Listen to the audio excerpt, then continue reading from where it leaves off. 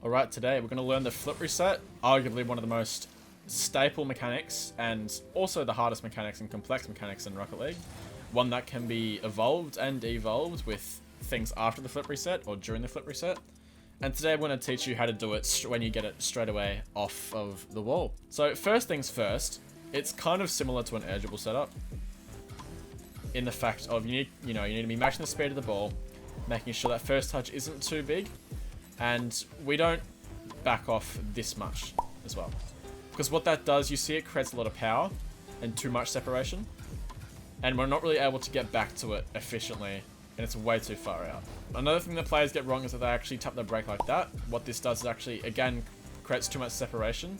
So by the time we hit that ball, it's already going way too far into the midfield, and we're not really able to catch back up to it. You see? That's way too powerful. By the time we get that, it might be a little bit tricky to score it eventually.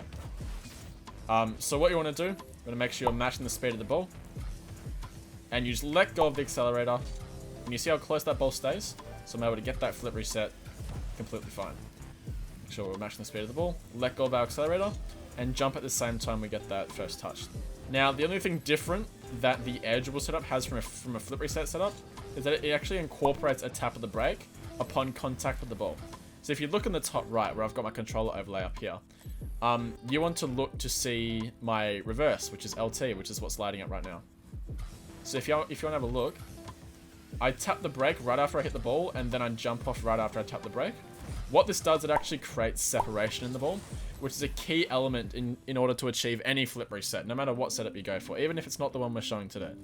So again, match the speed of the ball, let go of accelerator, tap the brake, fly into the ball. Once you've got that down, make sure whenever you're doing this setup, it's nice and straight. You're tapping the brake. So the ball should be going up height-wise and shouldn't really get away from you distance-wise. Just make sure we're doing it one more time. Getting that flip reset. Now, the next step is to face the core of the ball. In school, you'll learn about the X and Y axes, and some of you may know about the Z axis. Z is for depth. Just like our Earth has a core, the ball also has a core. So what you want to do is aim for the core of the ball. Now, before you even start tilting back, a really good thing is just actually to make sure you do the tap of the brake and are able to face the ball really quickly and get that touch on the dead center of the ball, facing through the ball and into the core. So do it one more time, tap the brakes, being able to face the ball straight away and get the core. If you're able to do that quickly, this flip reset will be very easy. If you cannot, I highly recommend you either go do some rings practice or any other aerial car control practice, which might even include just practicing this. So if you're able to jump out, doesn't really matter which aerial or which wall you use, as long as you're able to tap the brakes to create that separation, face the ball straight away and get that touch pretty quickly, while the ball still has upwards momentum. That's a very key part, while the ball still has upwards momentum. Once you're good at that, all you need to do, I normally recommend to do one full barrel roll with your air roll before leaning back for the flip reset, because air roll is an adjuster. And so if we do one full barrel roll with our air roll, we can adjust to face the ball and stop air rolling once our car's back upside down, and then we can go into the ball. Just like that.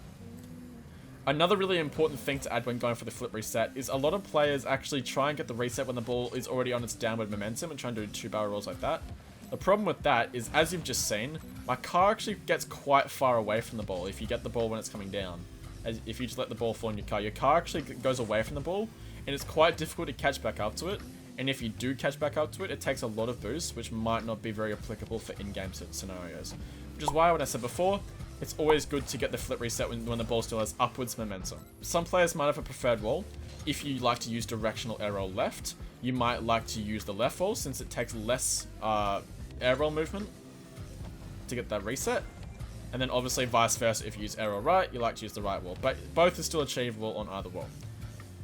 One more thing that I like to add is that making sure before you tilt back for the flip reset, you get enough momentum going into the ball so you don't have to boost any more into it. What a lot of players do, and it's also the main reason why they wait for the ball to land in that car, is because they don't boost towards the ball. They just go upside down straight away like that, and you see how that's a massive issue.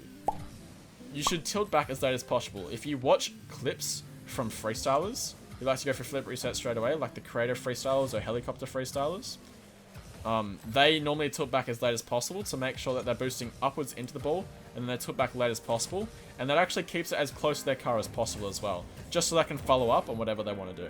Now, once you've gotten the flip reset and you're able to do all those steps that I've mentioned previously, it is good to hold a directional air roll or any air roll that you want to use right after you get the reset or as you get the reset. Preferably right after, just so you can come off it straight away.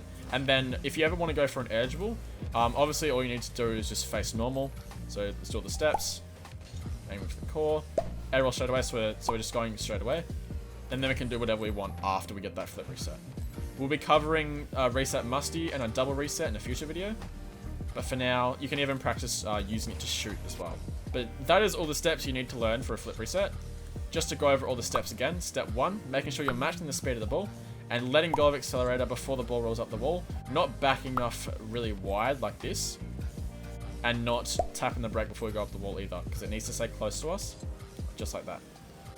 Second step is to make sure you get that brake and jump timing down. You brake and then jump. You can use the timing by looking in the top right of my controller overlay. You can see my jump is A and my brake is LT.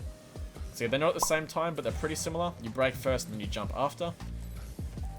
Third tip, making sure you're aiming for the core of the ball and getting a touch pretty quick while the ball still has upwards momentum. Make sure you're getting that pretty consistent with your corresponding air roll / wall. And fourth and final tip, or fifth and final tip, is making sure you're tilting back last second and that you've built enough momentum by boosting towards the core of the ball so you can get that flip reset again while it's still having upward momentum.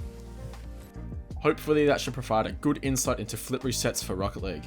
Join the Discord below and subscribe to the channel for more tips and tutorials just like this one. But goodbye for now, I'm Jonk from FIZ6, have a good day.